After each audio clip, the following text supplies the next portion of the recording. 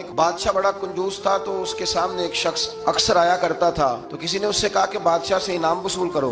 उसने कहा ये बड़ा कंजूस है, पर चलो अल्लाह ने मुझे भी बड़ा ज़हन दिया, इनाम ले ही लेते हैं। तो कहने लगा बादशाह का भी इनाम ही दे दिया कर। बादशाह कहने लगा पहले मेरे सवाल का जवाब दे, फिर इनाम दूंगा। तो बादशाह कहने लगा ये मेरे हाथ की हथेलियां, इनमें बाल क्यों नहीं? पुश्त पे है तो हथेली पे क्यों नहीं? उसने भी फिर कमाल ही जवाब दिया।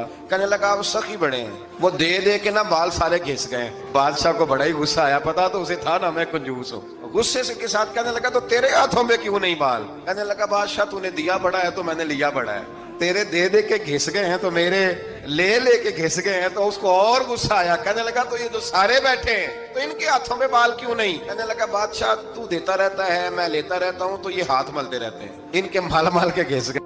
तो बादशाह कहने लगा भाई बंदा तू सियाना है, तुझे कुछ ना कुछ देना ही पड़ेगा। तो कुछ लोगों के ना मल के ही अल्लाह देता है, नवाजता है, पर उनके हसद कर करके हाथ घिस जाते हैं।